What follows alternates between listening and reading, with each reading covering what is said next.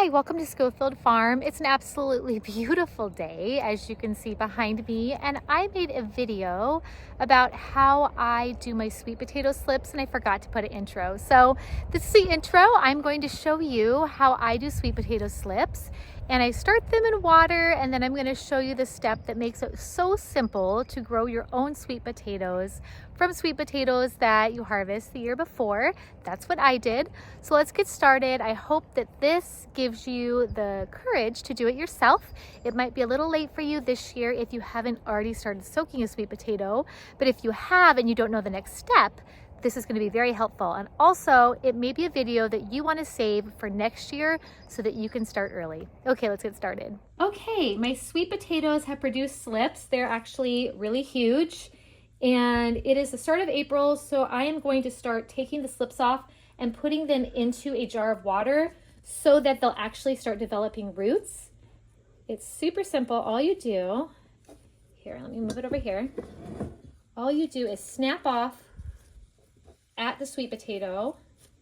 We call it a slip. It's like a stem that it's sending off its own stem or shoot.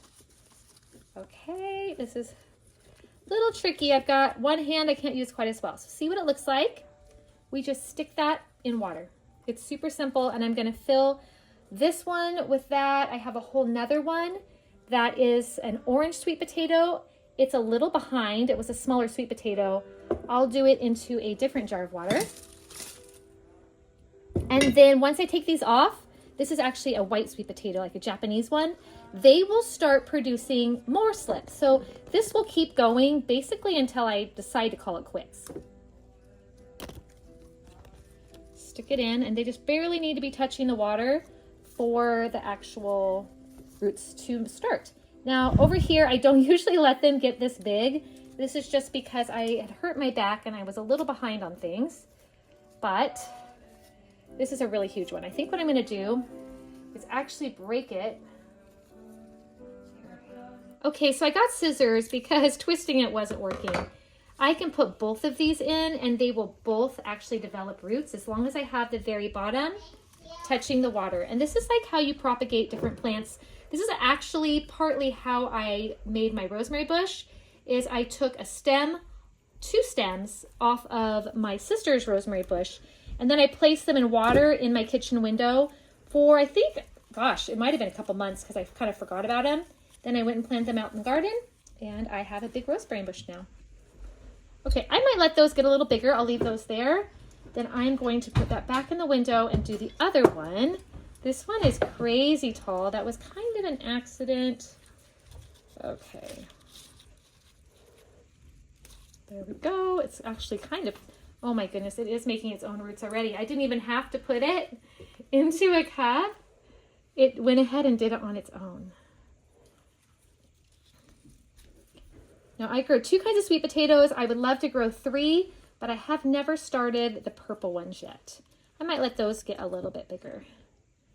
All right, put those roots back in the water, and then, yeah, we'll let these develop roots, and we'll keep adding to the different jars as we go, and then I will harden them off and plant them out. And I'm going to actually start some sweet potato slips. I want to show you what I do. Last year, I started them early in January. I had the best sweet potato harvest I've had so far.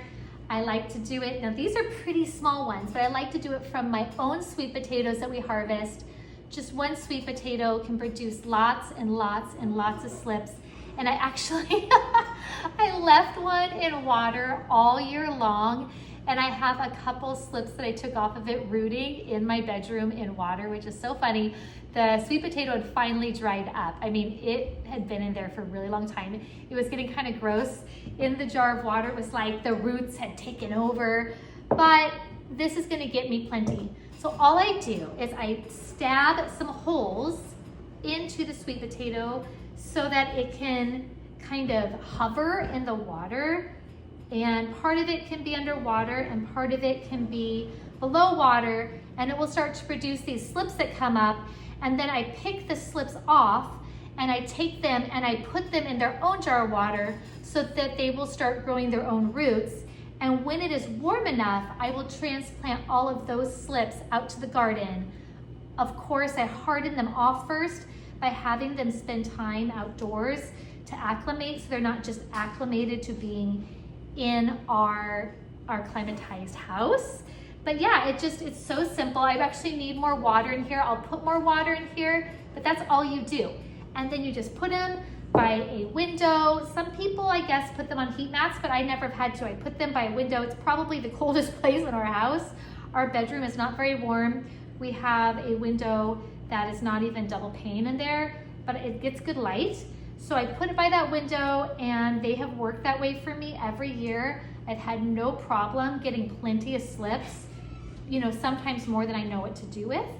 So we're gonna start that, and then they'll just be there. I have two kinds. I have the orange sweet potato, and I have the white sweet potato, and I would love to add purple. I'm not sure if I'm gonna do that this year, but I do really like both of these, and we use them a lot in our cooking. I hope seeing how I do that is helpful to you, and you'll have to let me know in the comments below if you are growing sweet potatoes this year. It is one of our very favorite things to eat from the garden. They are so creamy, so delicious. They definitely deserve the space they take up. I'm gonna have other videos to show you how I plant them out, and I actually have a really popular video of how I harvested sweet potatoes that I'll link below and above that you can watch next. See you soon.